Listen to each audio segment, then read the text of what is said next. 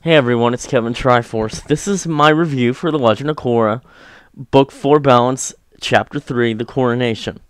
Now, obviously that's funny because the official Tumblr is for Korra is Coronation. So every time I hear Coronation now, I think of Korra Nation.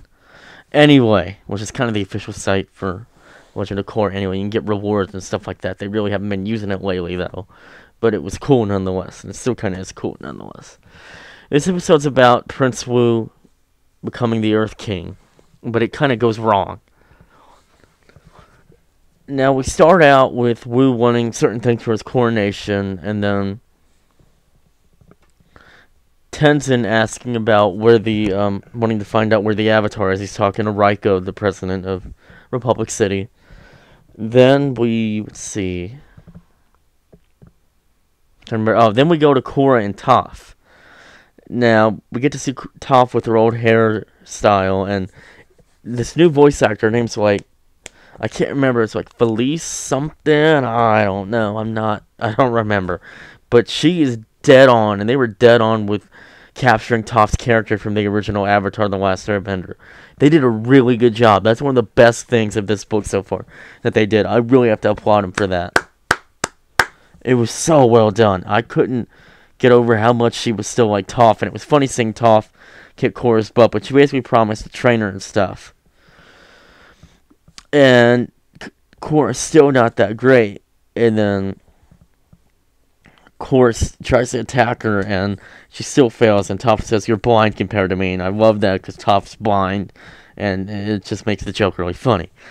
Then we go back to the coronation happening, and we see that Askna and Destiny are there, and they are funny characters, and we have the weird story about, and they see, and Eska sees Bolin, because Kuvira's group is there now, or army is there, to see the coronation, and Askna thinks Kuvira's his new girlfriend, or whatever, just because it's boss, and he says it's his boss, but she says same thing, boss, girlfriend, same thing, but obviously she's engaged to Baatar Jr.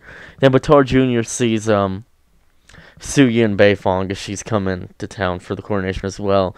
And when she says hi, Baatar Jr., he goes, she goes like, I don't know if she says hi, but like I said, she goes, hi, Baatar. I don't know I think she said hi, but she went, hi, Baatar Jr., and he said, it's just Baatar now. I found that so funny. It worked out really well. It showed that hostility was still there, and I thought that was interesting. And at this point, I still wanted to know more about what happened those 3 years ago to separate them. Like, in terms of, bridge what happened between her and Suyi and Kuvira. You know what I mean? So. And then we see Kuvira has the presidential suite, and which was Wu's, and he's demoted to the junior suite. Bon and Mako have a reunion.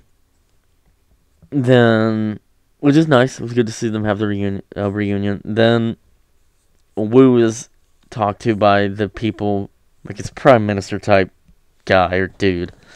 And they have nothing but, like, this clip-on pendant or whatever. And the brooch. And that's all he has, the royal brooch. Anyway,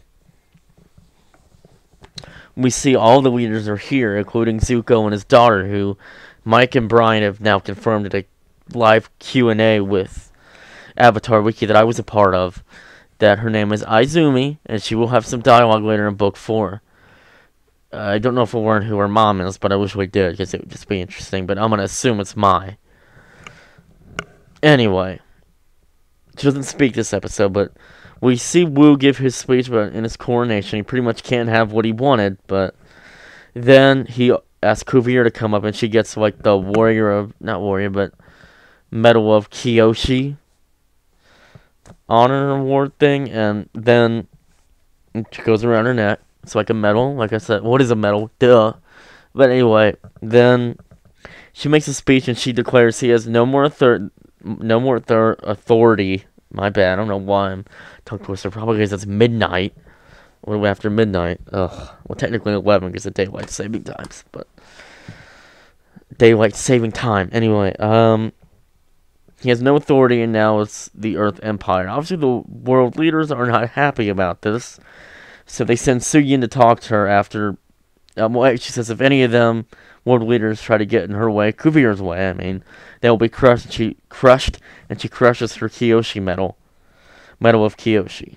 I mean, with her metal bending. And then Bowen gets concerned, but still stays with her on her side. I mean, then Suyin comes to talk to her as a representative for the world leaders, and basically, Kuvira says that she'll be coming to take Zaofu because that's the last territory she hasn't gotten, which we'll get onto that in episode 5, my bad, or chapter 5. Chapter 4, chapter 5. Chapter 5. Anyway, making sure I had it right, the chapter numbers right. Anyway, then, let's see.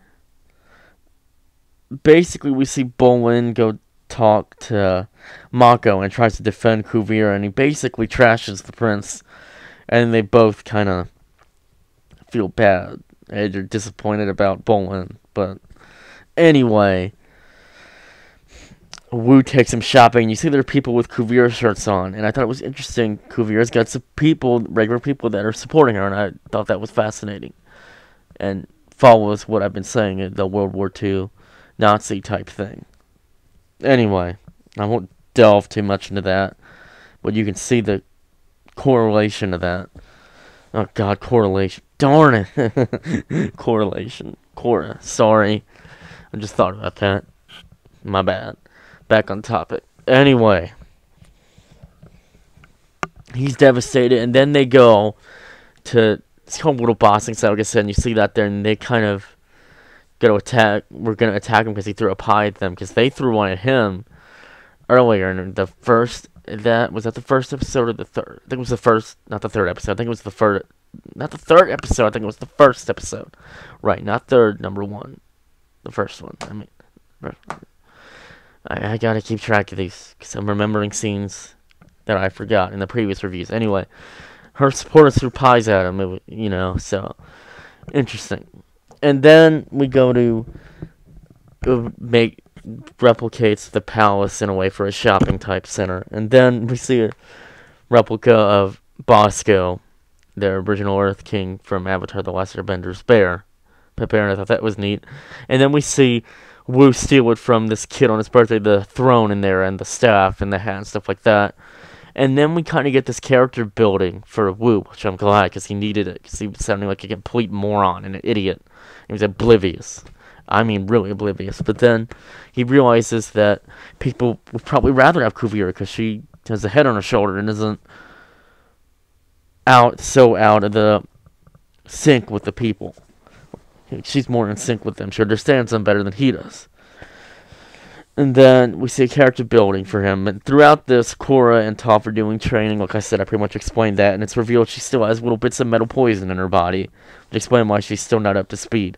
Then at the end of the episode, Tenzin tasks Jinora, Iki, and Milo to find Korra, since Kuvira's basically taken over the Earth Kingdom now, under what she calls the Earth Empire. So that leads into the 4th episode. But anyway, I thought this episode was good.